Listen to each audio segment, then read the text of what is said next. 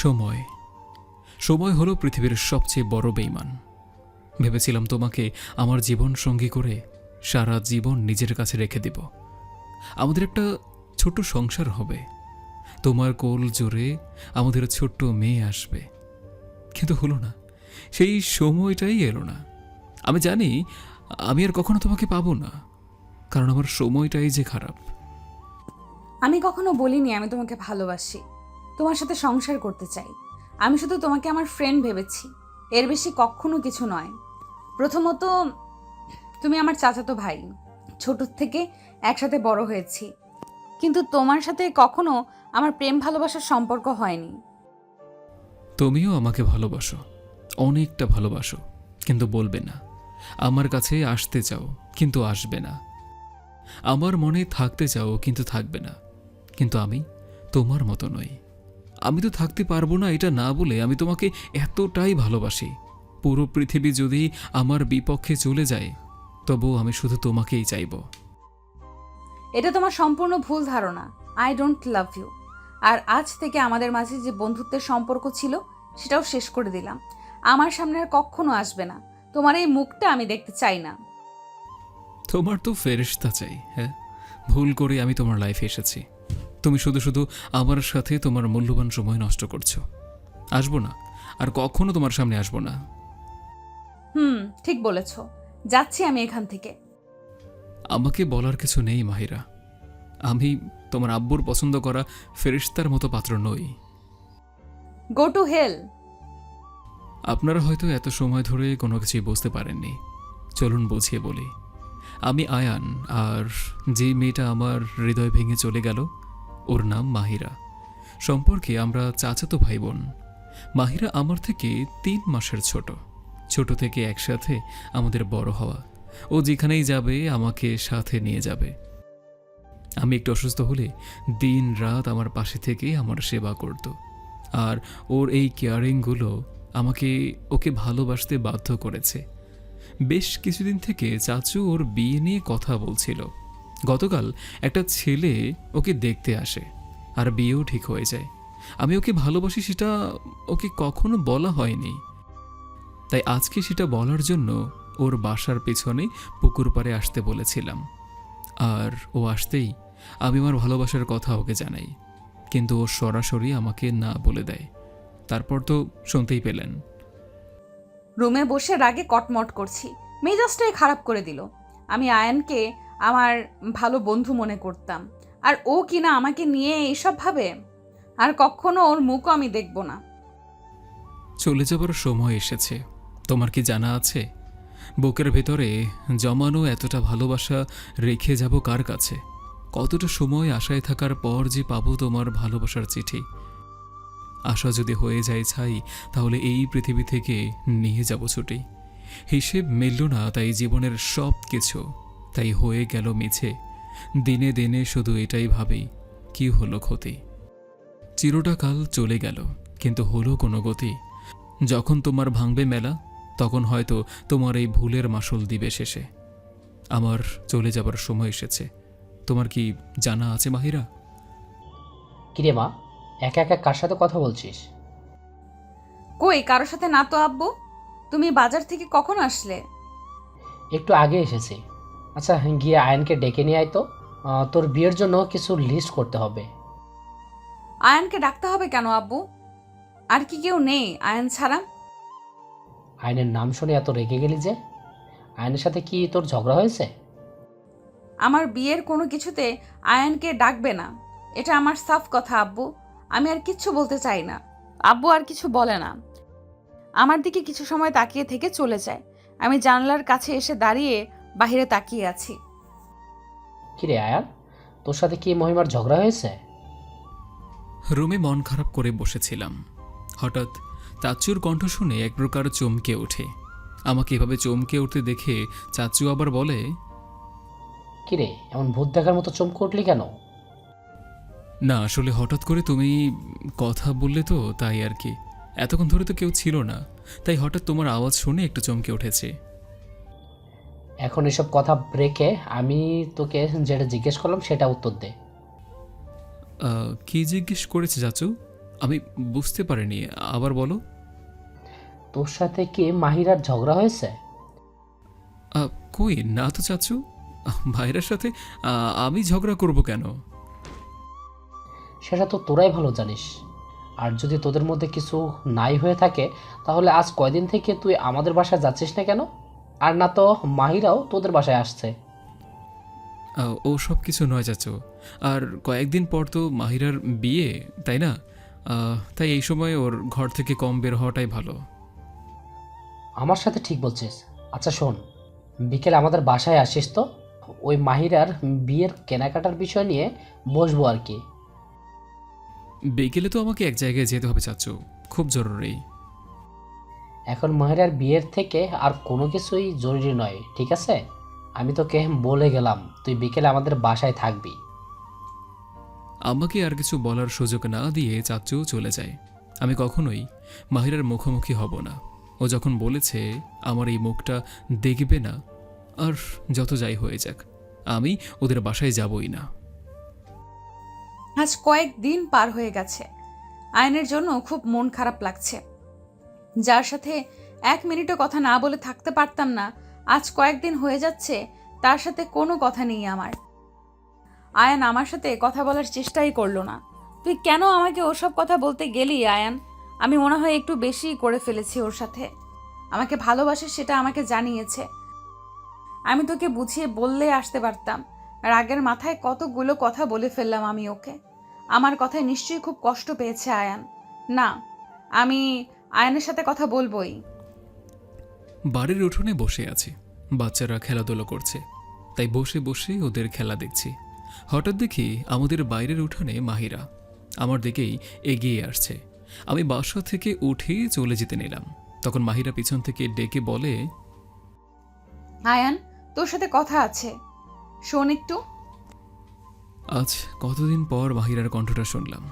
আমি ঘুরে মাহিরার দিকে তাকাই। মাহিরা আমার সামনে এসে বলে, সরি রে, তোকে একটু বেশি বলে ফেলেছি আমি। আসলে তখন না তোর ওসব কথা শুনে মনে প্রচন্ড রাগ হয়ে গেছিল। এইখানে কেন আসছিস সেটা বল। তোর সাথে কথা না বললে আমার খুব কষ্ট হয় আয়ান। আর 2 দিন পর অন্য কারো বউ হবে, আর এখন আমার সাথে কথা না বলে তোর কষ্ট হয়? হ্যাঁ, এসব আজাইরা কথা রেখে বাসায় যা এখন। আর মিথ্যা মায়া জড়াতে চাই না আমি। আমরা তো চাচাতো ভাই বোন, আর তাছাড়া আমরা খুব ভালো বন্ধুও। সারা জীবন আমরা আমাদেরই বন্ধুত্ব সম্পর্কটা রাখি। তার আর কোনো প্রয়োজন নেই। জানি না আমার কপালটাই খারাপ নাকি এটাই পৃথিবীর নিয়ম। আমি যার সবসময় ভালো চাই, যাকে নিজের মনের মাঝে রাখতে চাই, যার থেকে কখনো দূরে যেতে চাই না, সেই আমার থেকে দূরে চলে গিয়েছে। কখনো কখনো ভেবে পাই না যাকে নিজের সবটা দিয়ে এই মনে আগলে রেখেছিলাম, আজ সেই আমার থেকে অনেক দূরে চলে গেছে। এমনটা কেন বলছিস আয়ান? আমি তো তোকে কখনো ভালোবাসিনি, শুধু বন্ধু ভেবেছি। তাহলে তুই কেন এই ভুলটা করলি? কেন এখন নিজেও কষ্ট পাচ্ছিস আর আমাকেও কষ্ট দিচ্ছিস? তোকে নিজের বলার জন্য সরি, তোর জীবনে আসার জন্য সরি, তোকে ভালোবাসার জন্য সরি, আর আমাকে আমার যোগ্যতাটা বুঝিয়ে দেবার জন্য তোকে অসংখ্য ধন্যবাদ। আমি আর কাউকে কষ্ট দিচ্ছি না, আর না তো দূরে সরিয়ে দিয়েছি। যার মন ভরে গিয়েছে আমার উপর থেকে, সে ছেড়ে চলে গিয়েছে। কেন এমন করছিস আয়ান? আমি তোকে ভালোবাসতে পারবো না, কেন বুঝতে চাইছিস না? আর আব্বু নিজের পছন্দের ছেলের সাথে আমার বিয়ে ঠিক করেছে, সেটা তুই জানিস। আমি কিভাবে তাদের কষ্ট দিব? আমি না খুব বোকা রে, অল্পতেই আমি সবার মায়ায় পড়ে যাই, আর তাই তো দিন শেষে সবাই আমাকে কষ্ট দেয়। যাই হোক, আর কথা বাড়াস না, চলে যায় এখান থেকে। নিজেও ভালো থাক আর আমাকেও একটু ভালো থাকতে দে। আয়ান আর আমাকে কোনো কিছু বলার সুযোগ না দিয়ে চলে যায়। আমিও মন খারাপ করে বাসার দিকে হাঁটতে থাকি। যখন সময় আর পরিস্থিতি খারাপ হয় তখন অনেক কিছুই শুনতে আর সহ্য করতে হয়। ইচ্ছে তো করে মনের অনেক কথা বলি তোকে, কিন্তু ভাবি কার সাথে বলবো। পরের দিন সকাল 9টা, খুব হইচই আর আনন্দে মেতে উঠেছে মাহিরাদের বাড়িটা। আজ মাহিরার হলুদ সন্ধ্যা, কালকেই অন্য কারো বউ হয়ে যাবে ও। হঠাৎ কাঁধে কেউ হাত রাখতেই পিছনে ঘুরে দেখি মাহিরার মামাতো বোন হিয়া। আরে হিয়া, তুমি কখন আসছো? আরও কয়েকদিন আগে এসেছি।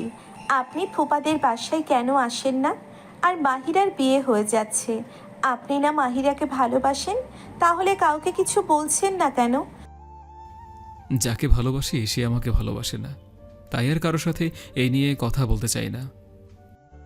তাই বলে চুপচাপ সব কিছু দেখবেন? পারবেন তো এই কষ্ট সহ্য করতে? যখন কষ্ট পেয়ে অভ্যস্ত হয়ে ওঠে মানুষ, তখন আর কোনো কষ্টকেই কষ্ট মনে হয় না। আপনার ভিতরে এতটা সহ্য ক্ষমতা কিভাবে সব কিছু সহ্য করে নেন? তুমি কখনো কাউকে ভালোবেসেছো? না, কখনো এমনটা হয়নি আমার সাথে। আর ভালোবাসা নিয়ে ভাবিনি এখনো, সত্যি বলতে। বাস এই একটা ভুল হয়ে গেছে আমার। কি বলবো আপনাকে আমি জানি না, তবে আপনার জন্যে সবসময় দোয়া করব ওপরওয়ালার কাছে। আপনি যেন ভালো থাকেন। তুমিও ভালো থেকো সবসময়। আমি আসছি। একটু পর আমি স্টেজে উঠব। সবাই খুব আনন্দ করছে, কিন্তু কেন জানি আমার মনে কোনো আনন্দ লাগছে না। ঘুরে ফিরে শুধু আয়নের কথাই মনে পড়ছে। তবে কি আমি আয়নকে সত্যিই ভালোবাসি?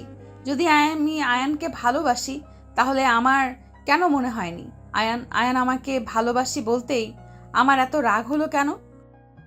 কি রে আপু, এত কি ভাবছিস? আরে হিয়া, কোথায় ছিলি এত সময়? আয়ান ভাইয়ের সাথে কথা বলছিলাম। আয়ন এসেছে?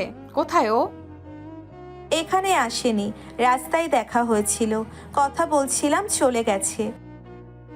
ও আচ্ছা। এতই যদি আয়ান ভাইয়ের কথা মনে পড়ে, তাহলে আয়ান ভাইয়ার কাছে কেন চলে যাচ্ছিস না আপু? কেন আয়ান ভাইয়াকে রেখে অন্য কাউকে বিয়ে করছিস? আয়ান ভাইয়াকে তুই ভালোবাসিস আপু, কিন্তু সেটা তুই বুঝতে পারছিস না। এমন সময় বুঝবে যখন সব হারিয়ে যাবে। আমি আয়নকে ভালোবাসি না হিয়া। ছোটবেলা থেকে আয়ন কি নিজের খেলার সাথী বন্ধু এসেছি, এর বাইরে অন্য কোনো কিছুই না। তাহলে আয়ান ভাইয়ের জন্যে তোর মন খারাপ কেন? আমি নিজেও সেটা বুঝতে পারছি না হিয়া। তুই আয়ান ভাইয়াকে ভালোবাসিস আপু, আর তাই আয়ান ভাইয়ার জন্য মন খারাপ হচ্ছে। আয়ান ভাইয়ার থেকে দূরে চলে যাচ্ছি বলে তোর মনটা ছটফট করছে। কিছু বলবো তার আগে রুমে সবাই চলে আসে, তাই দুজনেই চুপ হয়ে যায়। একটু পর আমাকে স্টেজে তোলা হয় গায়ে হলুদ দেওয়ার জন্য। এক এক করে সবাই আমার গায়ে হলুদ দিয়ে দেয়। আমার চোখ বারবার আশেপাশে শুধু আয়ানকেই খুঁজছে, কিন্তু আয়ান কোথাও নেই। রাত প্রায় 4টা ছুঁই ছুঁই। চোখের কোণে এক ফোঁটাও ঘুম নেই। সেই 10টা থেকে ঘুমানোর চেষ্টা করে যাচ্ছি, কিন্তু ঘুমও যেন আমার সাথে আড়ে করে চলে গিয়েছে। শুধু চোখের কোণ ভেজে অশ্রু ঝরে পড়ছে। হঠাৎ মোবাইলটা বেজে ওঠে। মোবাইল হাতে নিয়ে দেখি মাহিরার নাম্বার থেকে কল এসেছে। কলটা রিসিভ করতেই কাছ থেকে মাহিরা বলে, এত রাত হয়ে গেছে, এখনো জেগে আছিস? ঘুম আসছে না তাই। আর তুই এত রাতে ঘুমাসনি কেন? আমারও ঘুম আসছে না। হলুদের অনুষ্ঠান শেষ হয়েছে, তোকে বারবার শুধু দেখতে ইচ্ছে হচ্ছিল। আমাকে কেন তোর দেখতে ইচ্ছে হবে? কয়েকদিন পর যার বউ হবি তাকে দেখ। আমি জানি না আমার কি হয়ে গেছে, কোনো কিছুই ভালো লাগছে না আমার। তুই আসবি একবার, খুব একা একা লাগছে রে আমার। সরি রে, আমি আসতে পারবো না। তোর মুখোমুখি হতে চাই না, আর কখনোই না। কেন এমন করছিস আয়ান? কালকেই তো চলে যাব। এরপর আর চাইলেও হয়তো দেখা করতে পারবো না। লাস্ট একবার দেখা কর না আমার সাথে, প্লিজ। আমি কখনো জানতাম না নিজের এমন একটা দিন দেখতে হবে, নিজেকে এতটা একা দেখতে হবে তুই ছাড়া। এ কেমন আজব হয়ে গেল আমার জীবনে। হ্যাঁ, তুই সবকিছু ছিলি আমার, তাহলে কেন আজ অন্য কেউ তোর জীবনের গল্পে চলে আসলো আর আমি থার্ড পার্সন হয়ে গেলাম? আমি কি করব বল তুই? আমি কি এখন আর তোর কেউই নই? তুমি আমার সব কিছু। তাহলে কেন দেখা করতে চাইছিস না? আচ্ছা, একটা কথা জিজ্ঞেস করবো আয়ান। বলো, কি জানতে চাও? Why just me Ayaan? Why not? আরে আই লাভ ইউ।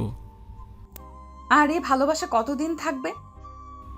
যখন আমরা বড় হয়ে যাব, তোমার এই সুন্দর স্কিন কুচকে যাবে, তখনও আমি তোমাকে ঠিক ততটাই ভালোবাসবো, এখন যতটা ভালোবাসি। আমি যেটা পছন্দ করি সেটা সবসময় আমার থেকে দূরে চলে যায়। আমি কোথাও যাব না। আর হ্যাঁ, আরও একটা কথা তোমাকে আজকে ক্লিয়ার করে বলছি, আমি তোমাকে আজও ভালোবাসি, আগেও ভালোবাসতাম, আর সারা জীবনও ভালোবেসে যাব, তুমি আমার হও বা না হও। কিন্তু আমি কি করব এখন? আমি অনেক লেট করে তোমাকে বুঝতে পারলাম, যখন সব কিছু হাতের বাইরে চলে গেল। তাই তো, যাকে আপন করে চাইলাম সে কাল অন্য কারো হয়ে যাবে। আচ্ছা শোনো, ঘুমাতে যাচ্ছি, সকালে জাগিয়ে দিও কল করে, আর যদি না জাগি তাহলে দাফন করে দিও। আয়ান, এমন কথা বলিস না প্লিজ। আমি তোর মৃত্যু কখনো সহ্য করতে পারবো না। কাল তুই অন্য কারো হয়ে যাবার পর আমার মনটা তো এমনিই মরে যাবে, শুধু দেহটা থাকবে হয়তো। যাই হোক, রাখি, ভালো থাকিস নতুন মানুষকে নিয়ে। আমাকে কিচ্ছু বলার সুযোগ না দিয়ে কল কেটে দেয় আয়ান। আমি মুখ চেপে কান্না করতে থাকি। হঠাৎ কাঁধে কারো হাত পড়তেই চমকে পেছনে তাকিয়ে দেখি হিয়াকে শক্ত করে জড়িয়ে ধরে কান্না করতে থাকি। হিয়া আমাকে ওর বুক থেকে তুলে চোখের পানি মুছে দিয়ে বলে, আপু তুই কাল আয়ান ভাইয়ার সাথে চলে যা কোথাও, তুই আয়ান ভাইয়াকে ছাড়া ভালো থাকবি না। কিন্তু বাসার সবাই, তারা তো কষ্ট পাবে, সবার কাছে আব্বু আম্মু সম্মান নষ্ট হবে। সমাজের মানুষ 2-3 দিন কানাঘুষা করবে, তারপর সব ভুলে যাবে। ফুপা ফুপি কিছুদিন রাগ করে থাকবে, তারপর সব কিছু মেনে নিবে। কিন্তু তুই যদি কালকে ওই ছেলেকে বিয়ে করিস তাহলে তুইও সুখী হবি না, আর ফুপা ফুপিও কষ্ট হবে। বাসায় এত মানুষ, কিভাবে পালিয়ে যাব আমি? কাল যখন তুই সাজার জন্য বিউটি পার্লারে যাবি তখন আয়ান ভাইয়াকে কল করে সেখানে আসতে বললেই হবে। আমার খুব ভয় করছে হিয়া। এত ভয় পেলে হবে না আপু, এই সময় প্রথম একটু ঝামেলা হবে, পরে সব কিছু ঠিক হয়ে যাবে। ঠিক আছে, তাহলে আমি আয়ান এখনই কল করে সবকিছু বলে রাখি। আরও লেট না করে তাড়াতাড়ি কল কর। থাক, কাল সকালে আমি ওকে কল করব, বলবো বিউটি পার্লারের ওখানে থাকতে। আচ্ছা ঠিক আছে, তাই করিস। এখন কান্নাকাটি বাদ দিয়ে ঘুমাতো। পরের দিন সকাল 8টায় আয়ানকে কল করে যাচ্ছি বারবার, কিন্তু ওর মোবাইল সুইচ অফ। বুঝতে পারছি না হঠাৎ করে মোবাইলটা বন্ধ করে রেখেছে কেন। হাসি খুশিতে ভরা বাড়িটা হঠাৎ করে নিশ্চুপ হয়ে যায়। কি হয়েছে কিছু বুঝতে পারছি না। তবে কি আমি পালিয়ে যাব এটা সবাই জেনে গেছে? আব্বু একটা চেয়ারে মাথা নিচু করে বসে আছে। হঠাৎ করে মসজিদের মাইকে শুনতে পাই আয়ান আর এই পৃথিবীতে নেই। আমার পায়ের নিচ থেকে মাটি সরে যায়। আমি দৌড়ে আব্বুর কাছে যাই। আব্বু কি বলছে মসজিদের মাইকে? আয়ানের কি হয়েছে? ঠিকই শুনছি, একসাথে অনেকগুলো ঘুমের ওষুধ খেয়েছে গতকাল। ডক্টর এসে জানায় ভোরের দিকে মারা গেছে। আমি বসা থেকে উঠে দৌড়ে চলে আসি আয়ানদের বাসায়। অনেক মানুষের ভিড় জমে গেছে। সবাইকে ঠেলে ভেতরে ঢুকে দেখি সাদা কাপড়ে পেঁচিয়ে রাখা হয়েছে আয়ানকে। দৌড়ে আয়ানের বুকে পড়ে কান্না করতে থাকি। আয়ান, এই আয়ান, কথা বল না। এই দেখ, আমি চলে এসেছি। তুই যা বলবি আমি তাই শুনবো। তুই ছাড়া অন্য কারোর আমি হব না। কথা বল না আয়ান, চোখ খোল আয়ান, চোখ খোল না। হারিয়ে গেছে এই পৃথিবী থেকে আয়ান, আর কখনো চোখ খুলবে না আয়ান। মাহিরা যদি আরও আগেই বুঝতে পারতো তাহলে হয়তো আয়ান আজ বেঁচে থাকতো। এখন আর কাঁদলেও আয়ান ফিরবে না। না ফেরার দেশে চলে গিয়েছে আয়ান। সকল ভালোবাসায় পূর্ণতা পায় না কখনো। হ্যাপি এন্ডিং মেলে না সপ্তাহে। এটাও ছিল তেমনই এক না পাওয়ার ভালোবাসার গল্প। সমাপ্ত।